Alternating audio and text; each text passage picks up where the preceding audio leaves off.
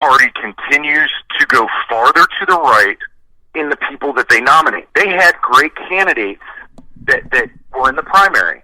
As a matter of fact, it came down to Tommy Pope and Ralph Norman. Ralph Norman won by 200 votes. Tommy Pope was a middle-of-the-road Republican. Always has been in South Carolina.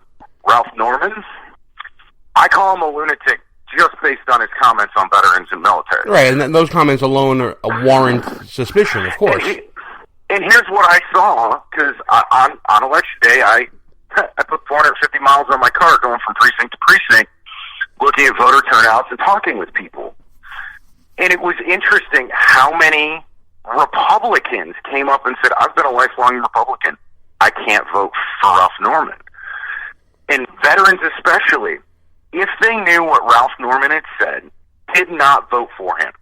They either just sat at home or they voted for Archie Parnell, the Democrat. And veterans who didn't know what he said assumed because he's a Republican, he stood for veterans in the military. And this is one of the things, a common misconception that I try to shatter is you have to look at the person. You can't look at the letter next to their name.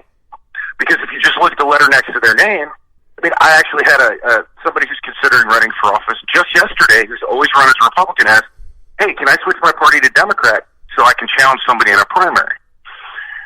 Just because they have a letter next to their name doesn't mean they actually believe in what you believe in. You have to drill down and look at the candidates that you're voting for. The days of voting straight party ticket need to go away. Because then you're putting party over country and party over people, and I have a hard time with that. I definitely hear you on that, and I always believe that an educated voter will end up becoming a conservative because I think that we end up on the right side of a lot of issues. But let's talk now forward into 2017, heading into 2018. Will Democrats actually pick up on these lessons? Because it seems to me the reaction from the Georgia race is pushing Democrats further left, indicated by their now shunning of Nancy Pelosi, and they want to there's a movement to try to get rid of her, and it's pushing the party more left. Is that a mistake? What's interesting is all aspects of the Democratic Party, from the people I've talked to, want Nancy Pelosi to go. The interesting part is there are some that want to go farther to the left, say to the Bernie Sanders route. But actually a majority of them are looking at state and local elections, not just Congress. And they realize that the farther to the left they get, the more they're going to lose the center. So there is a major faction that want Pelosi to go away, one, because of the negative connotation just with her name, but also because they want to move more to the center so they can win elections. Well, let's hope for our sake they don't do that. Let's hope for our sake they don't do that. I don't want them to move to the center. I actually want to stick with Pelosi, but I don't want them to continue moving to the center because I think it becomes more competitive that way, as shown in this race. Well, Democrats are more competitive. I look at politics, since I've been working in it so long, at elections, somewhat objectively. I have my own personal beliefs. I vote the way I vote. But if Republicans keep moving farther and farther to the right, and I'll be honest, gerrymandering has had a big effect on that, in both parties, actually. The farther we are separated, the more both sides lose the center. And the center is the one that makes the decisions. So, I mean, it depends on the end goal. Republicans want to win. They need to move farther to the center and hope that the left moves farther to the left. And now our party wakes up and realizes that the extreme factions within their parties cannot control the entire message because it alienates the center, is the one who's going to end up winning elections for the next 20 years. All right. The other, and I agree with you to a great extent, I believe that moving away from the center, the race to the center wins national politics. I agree with that totally. Now let's focus on this possible movement of the veteran vote. You say that the veteran vote is a swing vote in local elections. Absolutely. Are Democrats, in your opinion, would they be benefited by contesting Republicans for this vote? And conversely, are Republicans taking the veteran vote for granted? Absolutely. The example I continually use is, for years, decades probably, Democrats have taken the African American vote for granted. be honest, for years, perhaps decades, the Republican Party has taken the veteran vote for granted. And, you know me, I'm part of all sorts of boards and discussions and all this stuff. Veterans are pissed. And, you know, when one of the first things, you know, some of the things that veterans are upset by is, you know, a lot of veterans, overwhelming majority, voted for Donald Trump. And they did so under the belief that he genuinely cared for veterans and was going to make veterans a priority. And to be blunt, he hasn't shown that. He refused to meet with VSOs and sent surrogates instead when he was meeting with other people, to include, like, rap stars. And, you know, all his cabinet members, whether you love them or hate them, they're from the outside, except one. He promoted an Obama appointee. David Shulkin was the number 2 man at the VA under Obama, and Trump didn't find a change agent. Instead, he appointed an Obama appointee. And then, in his first budget, Mick Mulvaney, the OMB's budget, calls for terminating benefits for veterans who are severely disabled and can't work, called individual unemployability. Just the other day, David Shulkin said, we need to change the disability and compensation because it's not sustainable, and focus on wellness programs rather than, you know, providing disability compensation. That's talking about cutting disability to veterans. Well, let me just throw this argument back at you, and then I'm going to let you go, and we'll sum it up here. President Trump just had this high-profile signing of the VA accountability laws that were written by veterans. Pete Hegseth, I know from Fox and from Concerned Veterans for America, was a part of that effort, and saying that it's some of the most sweeping reforms for veterans affairs in decades. Is that not servicing veterans, or is that just window dressing? Most veterans view that as window dressing because, one, they've been trying to pass that bill for a long time, and it was held up in Congress. This Congress, it passed unanimously on a voice vote in both the House and Senate. It was then sent to the president. I'm going to tell you, even if a president despised veterans and openly said, I hate all veterans, they're going to sign that legislation. One, because no president wants to have a veto overridden.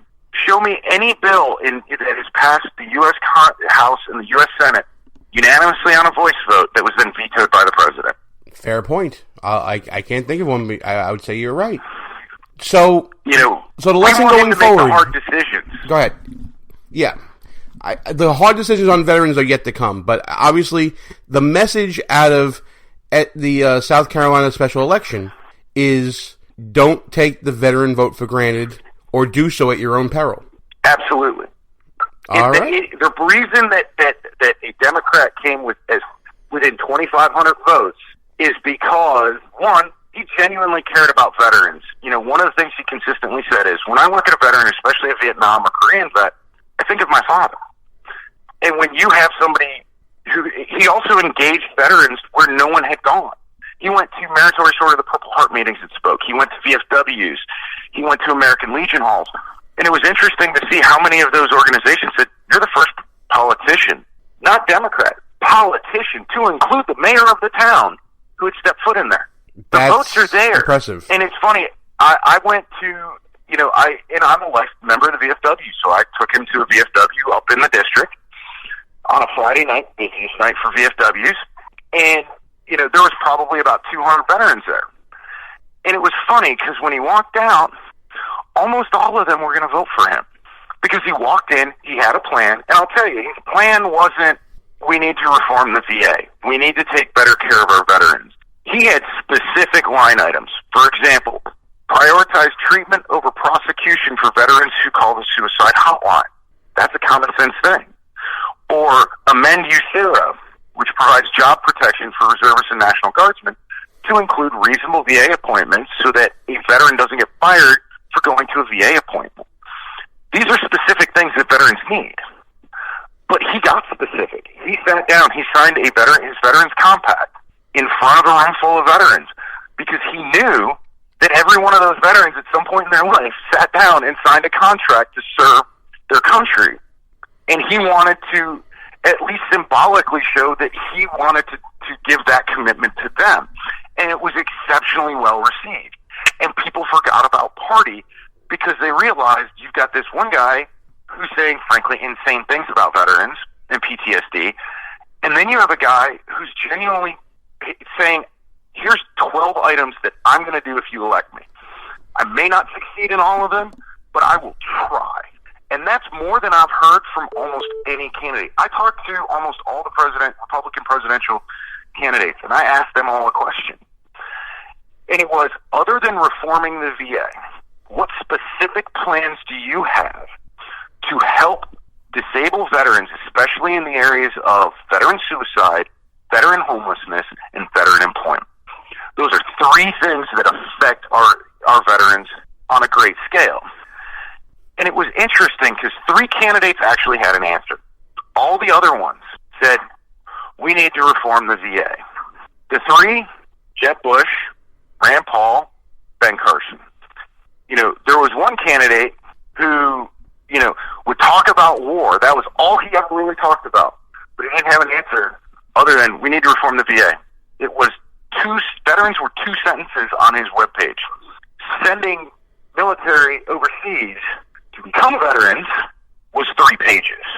And I've always held the belief, I believe this to actually be a conservative belief. If you are willing to vote to send our best and bravest into harm's way, you better have a plan when they come back injured. And that's what seems to be forgotten. We're all for spending money and sending people over to fight ISIS. And yes, we need to fight ISIS. I'm not saying we shouldn't. But when guys come back hurt, you don't make them wait in line for 3 years. You don't make them wait 7 years to have their claims adjudicated. Nobody's been able to explain to me why there's a law that says you have to be granted food stamps within 30 days of application, either be granted them or denied them within 30 days. There is no timetable for veterans.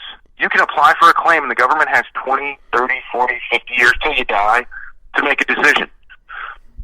And nobody is talking about the hard questions of, you know what, if it's taken 3 years to process a claim, maybe we need to hire more people to process claims. And you know what? There's a whole lot of unemployed veterans out there. Put to work for that. Seems like a win-win to me. Sounds like it as well.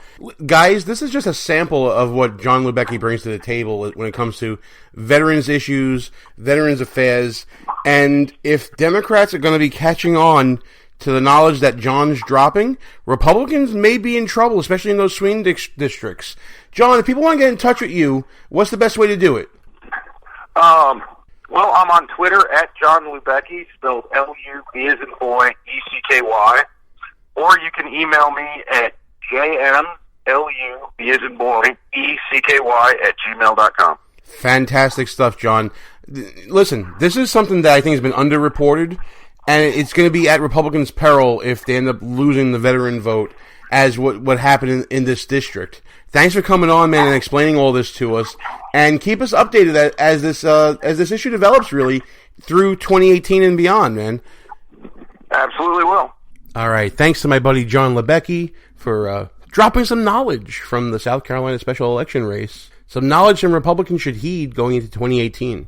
We're just about at halftime here on the show. I want to thank everybody for listening to us. I'm Gene Baradelli. Russ Gallo will be with us next week from our shows from D.C., and this is Behind Enemy Lines Radio. So glad you can be with us. Check us out at www.behindenemylinesradio.us. Check us out on the Facebooks and the Twitters at BEL_radio. And if you happen to miss any part of the show that we normally do live, Tuesdays, 10 p.m. on Spreaker, you can check us out at any one of our rebroadcast outlets, including WJHC 107.5 FM in Jasper, Florida, WDDQ 92.1 FM, Adele, Georgia, WLBB 1330 AM, Carrollton, Georgia, all a part of the Talk America Radio Network. And if you missed any part of the shows on the AM and FM dial, you can check us out on the internet radio at KLRN Radio, at High Plains Radio and Sackheads Media, ICRN, the Internet's conservative radio network, which powers the Talk America Radio Network, and of course, Lanterns Radio, the fastest growing internet radio network out there. Check them out at lanterns.buzz. But if you miss any of the rebroadcasts on any type of medium, you can always check us out as a podcast. We're on Spreaker, Player FM, Podbay, TuneIn, Stitcher, Google Play Music, discover us on there, SoundCloud, iTunes, and of course the mighty iHeartRadio network. Gonna take another quick break. When